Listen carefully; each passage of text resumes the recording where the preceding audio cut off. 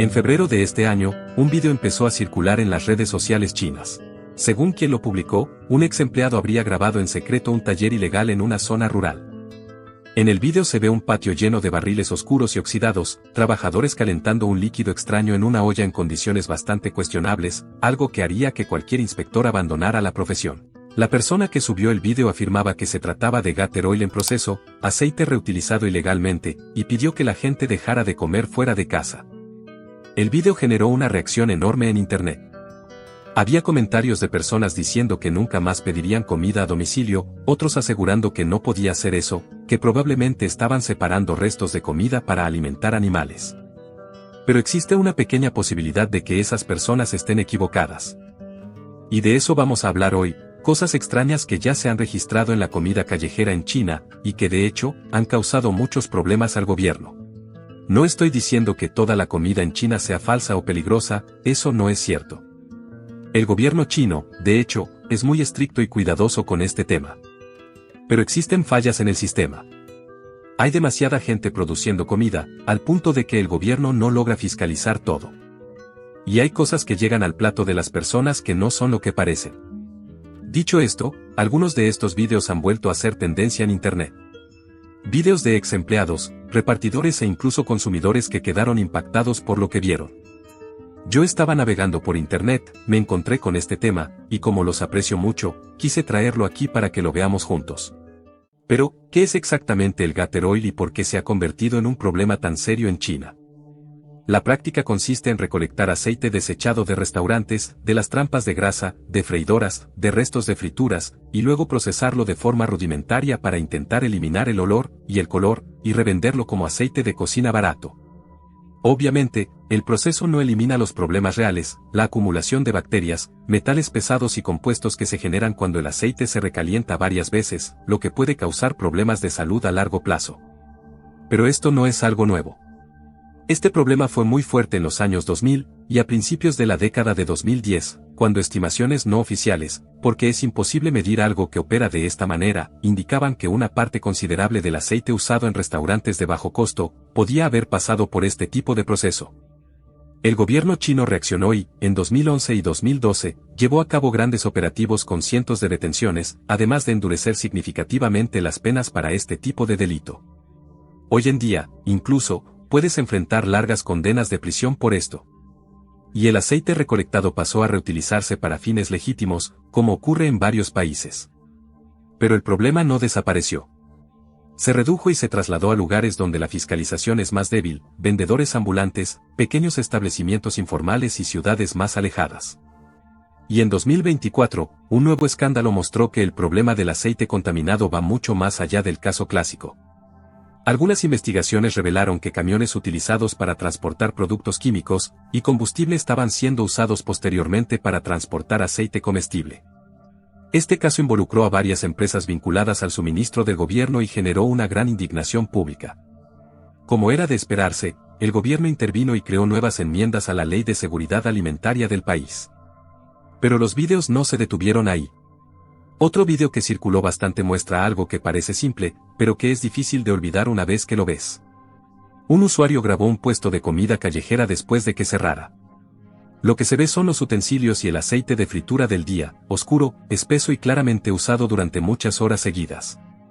La persona que grabó afirmaba que ese mismo aceite sería reutilizado al día siguiente, cuando el puesto volviera a abrir. Y había gente en los comentarios intentando justificarlo, diciendo que la competencia en esas zonas es tan fuerte que, si se cambiara el aceite con frecuencia, no se podría mantener un precio que cubra los costos. Y este es un punto que, a primera vista, parece increíble, pero al que vale la pena prestar más atención sin caer en el sensacionalismo. La industria de la comida callejera en China muchas veces opera con márgenes casi imposibles. El precio que el consumidor está dispuesto a pagar por un pincho o un pollo frito en un puesto callejero es tan bajo que, utilizando ingredientes de calidad y cambiando el aceite con la frecuencia adecuada, simplemente no cuadran las cuentas en muchos casos. Entonces, el vendedor se enfrenta a una decisión difícil: subir los precios y perder clientes frente al competidor de al lado, o recortar costos en algún punto. El aceite nuevo suele ser caro, y el aceite reutilizado termina siendo la opción para muchos que no tienen otra alternativa. Esto, obviamente, no justifica el problema, pero sí ayuda a entender que aquí se trata de algo mucho más sistémico, y no simplemente de vendedores sin escrúpulos intentando aprovecharse de la gente. Puede haber casos así, pero no es la realidad de todos. Otro caso grabado muestra un puesto de brochetas de cordero cerca de una escuela. El aceite en la sartén se ve claramente oscuro, lo que indica un uso prolongado sin cambio. Además, en el vídeo se menciona que la caja del equipo fue grabada, y revelaba el contenido original de lo que se vendía como cordero, una descripción que parecía corresponder a un producto de imitación. Y el hecho de que esto ocurriera cerca de una escuela, fue lo que más indignación generó en las reacciones en Internet. Porque quienes suelen frecuentar estos puestos durante el día son adolescentes y niños, que no tienen cómo evaluar realmente lo que están comprando. Uno de los vídeos más comentados de este periodo vino de una fuente bastante inesperada. Un repartidor de delivery que decidió advertir a sus propios clientes sobre lo que había visto en las cocinas por donde pasaba, sin mencionar directamente las marcas, aparentemente por miedo a represalias. Describió categorías de establecimientos según el color del letrero, y dio advertencias específicas sobre cada uno: cocinas sucias, ingredientes preprocesados de calidad dudosa, aditivos que, según él, provocaban malestar después de comer. El vídeo ganó bastante repercusión en Internet porque, aparentemente, provenía de alguien con un acceso que el consumidor no tiene. Los repartidores muchas veces entran en las cocinas.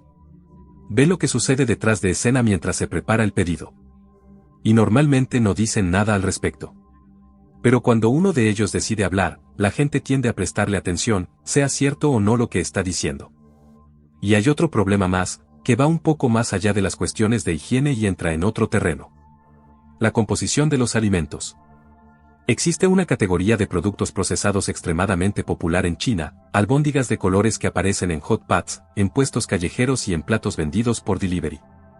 Suelen ser bolitas de carne, con una textura elástica, de colores variados y con una apariencia incluso apetecible. Muchas de ellas son realmente buenas y están bien hechas, pero hay versiones de bajo costo cuya procedencia genera sospechas. Un video muestra la explicación de un supuesto ex empleado de una de estas fábricas sobre lo que realmente contienen estos productos. Según él, la textura elástica no proviene de la carne, sino de un espesante llamado carragenina, utilizado en cantidades mayores de lo recomendable.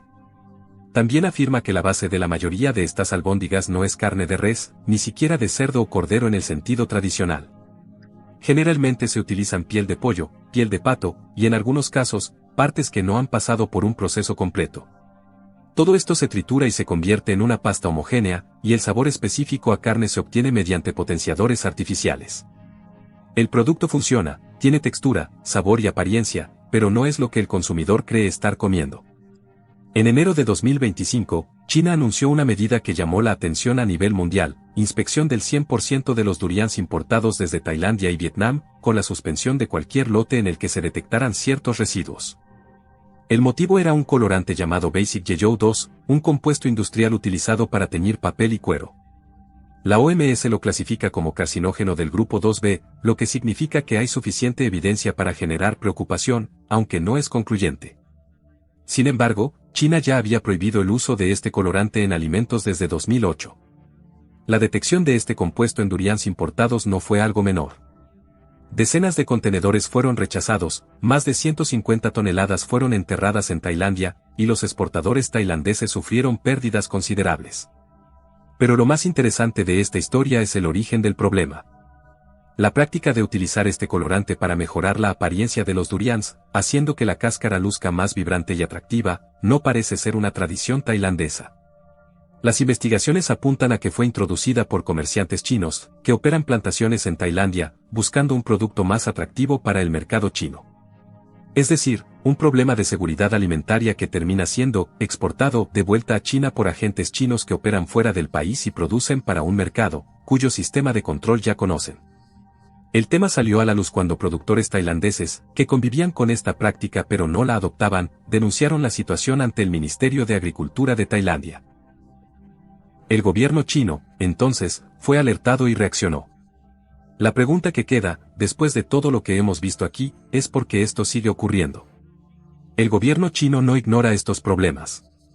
Existen leyes de seguridad alimentaria que se han ido endureciendo con el paso de los años, hay operativos de control y sanciones severas para los casos más graves. Entonces, ¿por qué continúa pasando? La respuesta, en realidad, tiene varias capas. La primera es la escala. China tiene una cadena de producción y distribución de alimentos tan enorme que cualquier sistema de control tendría dificultades para abarcarla por completo. La segunda es económica. La presión del consumidor por pagar cada vez menos genera una presión en toda la cadena. Quienes están en el medio, especialmente los vendedores con menos recursos, terminan en una situación en la que deben reducir costos para poder sobrevivir, y ahí es donde ocurren situaciones como las que vimos. El tercer motivo es estructural. En algunas regiones y sectores existen relaciones entre productores y fiscalizadores que dificultan la aplicación de la ley. No es algo generalizado, por supuesto, ni es simplemente culpa del gobierno, pero está lo suficientemente documentado como para no ignorarlo. El video original que inspiró este guión hace una comparación con Japón, y en cierta medida es válida. No para idealizar un país sobre otro, Japón también tiene problemas, sino para mostrar que sistemas distintos generan resultados distintos. En Japón, la regulación sobre el desecho del aceite de cocina es extremadamente específica. El aceite usado debe tratarse con agentes solidificantes, desecharse como residuo o combustible, o enviarse a sistemas de recolección especializados. De hecho, muchos camiones de basura en Japón funcionan con combustible producido a partir de aceite reciclado de restaurantes. Eso hace que el sistema funcione mucho mejor.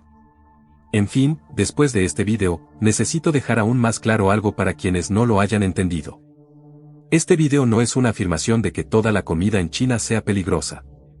Eso es totalmente falso. China tiene una gastronomía extraordinaria, productos de alta calidad, establecimientos muy serios y una población que, en realidad, es la principal víctima de estos problemas, no la causa. Este video es solo un comentario sobre lo que está circulando en Internet respecto a este tema, sobre fallas dentro de un sistema muy grande, que afectan a la propia población china. Cocinar en casa siempre que sea posible sigue siendo la forma más confiable de saber qué estás consumiendo. Un precio muy por debajo de lo normal casi siempre indica que algo no está bien. Generalmente es señal de que en algún punto de la cadena se redujeron costos más de lo debido. No se trata de volverse paranoico, pero sí de ser consciente, cuidar lo que comes es un hábito importante, sin importar en qué lugar del mundo estés. Déjame en los comentarios qué opinas sobre esto, si ya conocías alguno de estos casos. Muchas gracias por haber llegado hasta aquí, y nos vemos en el próximo video.